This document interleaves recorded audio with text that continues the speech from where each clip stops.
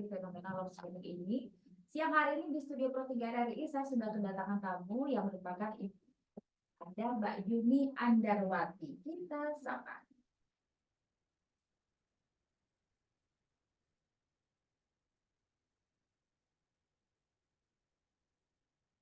Selamat siang Mbak Yuni, apa kabar? Kabar baik, terima Luar biasa ya. kasih. Terima kasih sudah hadir di studio Pro 3 RRI.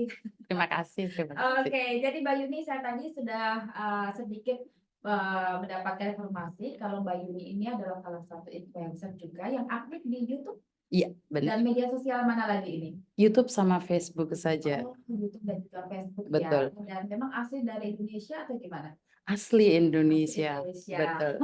Oke, Mbak Yuni. Jadi siang hari ini saya ingin tahu terkait love scamming. Katanya kan juga Mbak Yuni banyak dapat cerita dari teman-teman ya, mungkin yang tadi kabarnya juga dari teman-teman kita PMI kita ya, Betul. yang pernah mendapatkan kasus atau menjadi korban love scamming ini. Benar. Tapi kalau kita tahu love scamming ini kan banyak sekali jenis-jenisnya ya. Yang Mbak Yuni tahu ini seperti apa saja sih Mbak sebenarnya? Waduh, ini bermacam-macam sekali ya. Dari yang Mbak tadi sampaikan, satu, mereka berkenalan di media sosial.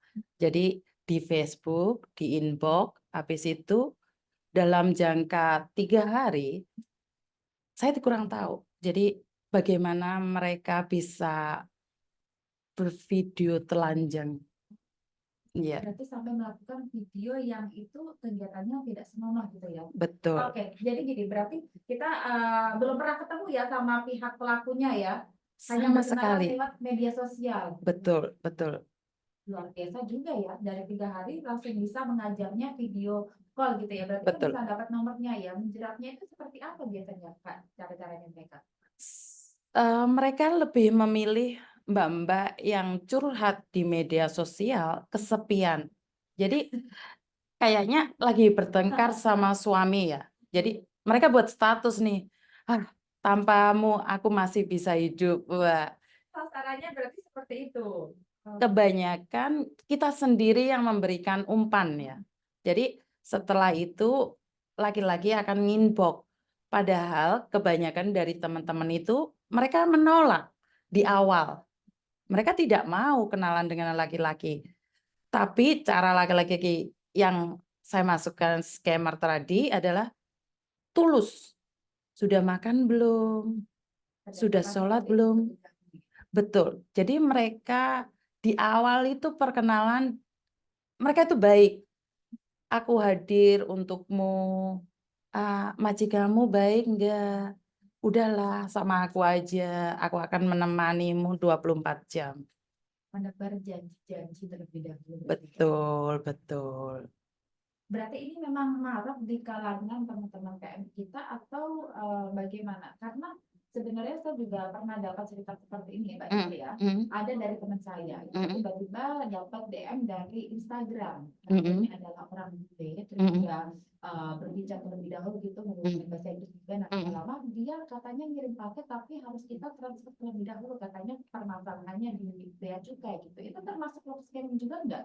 Menurut pendapat saya iya, karena sebagian dari mbak-mbak yang ada di Hong Kong juga mengalaminya. Tapi kalau yang bule ini kan sasarannya pada mereka yang punya impian menikah dengan bule. Dan yang bisa bahasa Inggris tentunya. Tapi kalau saya lebih fokus yang lokal ya.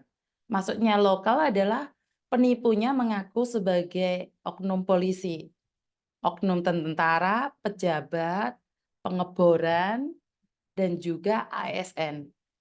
Jadi mereka memiliki foto-foto seolah laki-laki tersebut jadi polisi. Betul. Jadi, tapi kalau kita cermati ya, bagi yang orang cerdas mungkin tahu ya, bahwa itu muka editan atau apa. Tapi tidak semua teman-teman mengamati itu adalah modus. Jadi, sekali lagi seperti yang saya katakan adalah mereka seperti kesepian. Saat mereka hadir, diterima begitu saja. Jadi saat diterima begitu saja, akhirnya yang kita telanjang tadi dikirimkan sama mbaknya tersebut. Kalau kamu nggak ngirim uang, maka saya akan sebarkan video. Dan yang paling miris adalah saya berkenalan dengan laki-laki dan laki-laki tersebut ingin kenal ibu saya.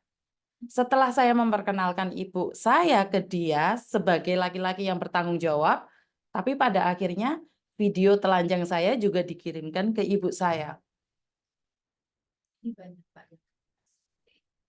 Desember ini kalau bisa lihat di podcast saya itu banyak sekali. Jadi kayak kerja target ya, mau buat Natalan mungkin. Jadi jadi sedih sekali. Oh, jadi berarti Mbak Yuni di YouTube-nya ini juga mengupload pengalaman-pengalaman dari teman-teman kita, Betul, Mbak, yang betul, terkena love scam ini, korban gitulah ya. betul, betul.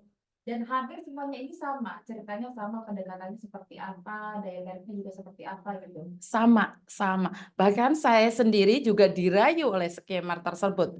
Jadi saya tahu step by step-nya, tapi kan karena laki-laki itu memburu seseorang yang haus kasih sayang, sementara saya sendiri sibuk kan nggak bisa membalaskan SMS dia. Otomatis dia pergi dari saya.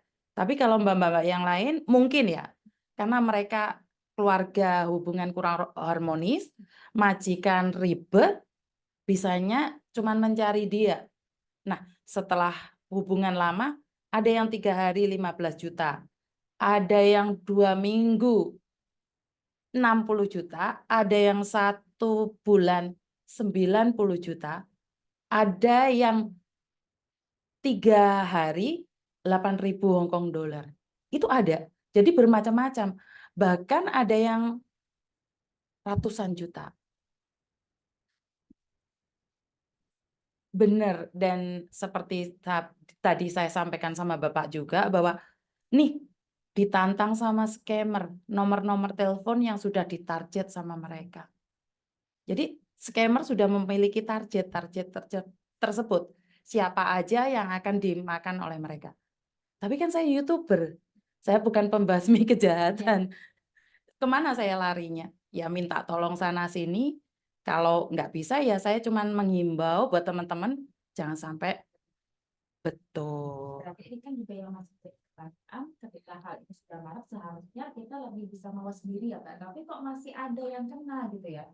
Masih kurang mungkin ya informasi yang mereka dapatkan untuk lebih berhati-hati atau gimana ini?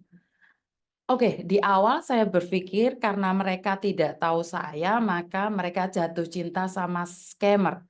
Tapi ini ada beberapa orang yang sudah tahu konten saya, tapi uji nyali, nyoba, dan kena. Kok sampai bisa kena padahal niatnya nyoba itu gimana ceritanya lagi Mbak Yuni? Iya, iya karena scammer itu manis loh Mbak. Jadi bahasanya itu bisa membuat kita itu nyaman. Jadi ya apa ya? Rasanya itu enak banget bersama dia. Tanpa terasa dia akan, sayang ini ibuku di rumah sakit, kirim uang dong. Sayang ini kan aku udah cerai, surat cerainya belum keluar. Kirimin uang dong, ntar aku nikahnya sama kamu. Jadi mereka sudah tahu, tapi mereka nggak sadar. Ini yang saya sangat sedih adalah mereka tahu, tapi mereka melakukan. Bagaimana saya bisa menginfokan ke mereka, sementara mereka sudah tahu. Nah, ini menjadi tugas bersama mungkin ya. Bukan hanya mbaknya tahu, tapi mungkin peran keluarga. Di mana keluarga harus sedikit banyak membuang waktu buat saudara yang ada di luar negeri. Karena kebanyakan keluarga, tidak semua, tapi mereka cuma ingat waktu gajian saja. Ya. Nah, tapi Mbak Yuni, scammer yang pernah menantang Mbak Yuni ini kan berarti pernah berkomunikasi dengan Mbak Yuni ya. Betul. Dan dengan kasus-kasus yang sudah ada, ini satu pihak saja atau mungkin dilakukan oleh banyak orang, tapi ada satu yang membawahi itu, Mbak Yuni? Waduh, kalau scammer ini saya kurang tahu ya Mbak, terorganisir atau perorangan. Karena waktu teleponan sama saya, waktu nantang saya, mereka mengakui ada di penjara. Baru berarti ya. Bukan baru ya, ini sudah lama. Sebenarnya, tapi Sudah. masih belum ada perlindungan juga kepada teman-teman kita yang ada di luar negeri juga ini. Ya, saya nggak berani ngomong kayak gitu ya, karena Masih kurang lah ya.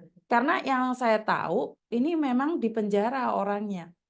Tapi Memang sudah pernah mendapatkan fakta kalau beliau ini ada di penjara atau gimana, Mbak? pernah.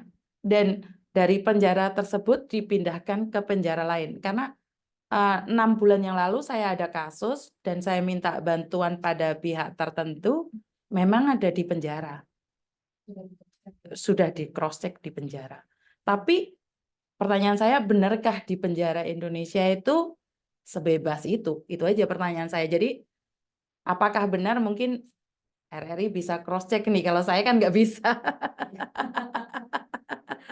Jadi kalau bisa kita katakan sebenarnya ini adalah masalah yang harusnya cepat terselesaikan ya. Betul. Masih belum bisa terselesaikan gitu ya. Pasti Betul. punya tanda tanya yang besar gitu. Benar enggak, atau mungkin itu takutnya cuma alibi gitu Betul, ya. betul, Terus betul. bawahannya ada siapa kok bisa juga dapat handphone di penjara kalau memang benar Betul. tersangka itu ada di balik jeruji besi gitu ya, Pak ya. Betul. Dan ini sangat tragis sekali ya, karena waktu mereka kirim uang ke sindikat, itu kan ada nomor rekening-rekeningnya, kan sebenarnya bisa di cross check. Kalau menurut saya ya, karena sekali lagi pemerintah kan saya tidak tahu atau instansi-instansi itu seperti apa. Tapi itu nyata sekali. Mereka bilang kalian nggak akan bisa cross check kita. Itu si sindikat yang ngomong. Dan mereka bilang buat seru-seruan aja bohongin ibu-ibu yang kegatelan. Yang berbalik seperti itu ya, punya kami seperti itu juga ya, karena mereka mungkin merasa ya aku sudah melakukan sesuatu pada Betul. mereka gitu ya. Jadi aku mendapatkan ini gitu, jadi kayak Iya, jatuhnya seperti itu. Seperti yang kejadian satu, jadi cowoknya itu ngomong, lu jual gue beli. Saya cuma mikir, loh kok gitu? Kan saya nemenin kamu. Ya kamu bayar dong. Masa gratis? Nah, inilah yang menjadi beban mental bagi saya pribadi sebagai orang yang selalu mendengarkan curhatan. Bagaimana caranya mengingatkan teman-teman. Kalau saya satu corong aja kan nggak mampu nih.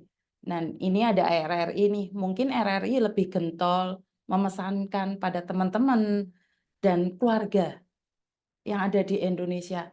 Tanyakan kabar keluargamu yang di luar negeri. Tanyakan sudah makan belum? Hari ini hujan, badai, atau tafung yang angin besar itu, banjir. Tanyakan keadaan mereka. Jadi jangan pas gajian.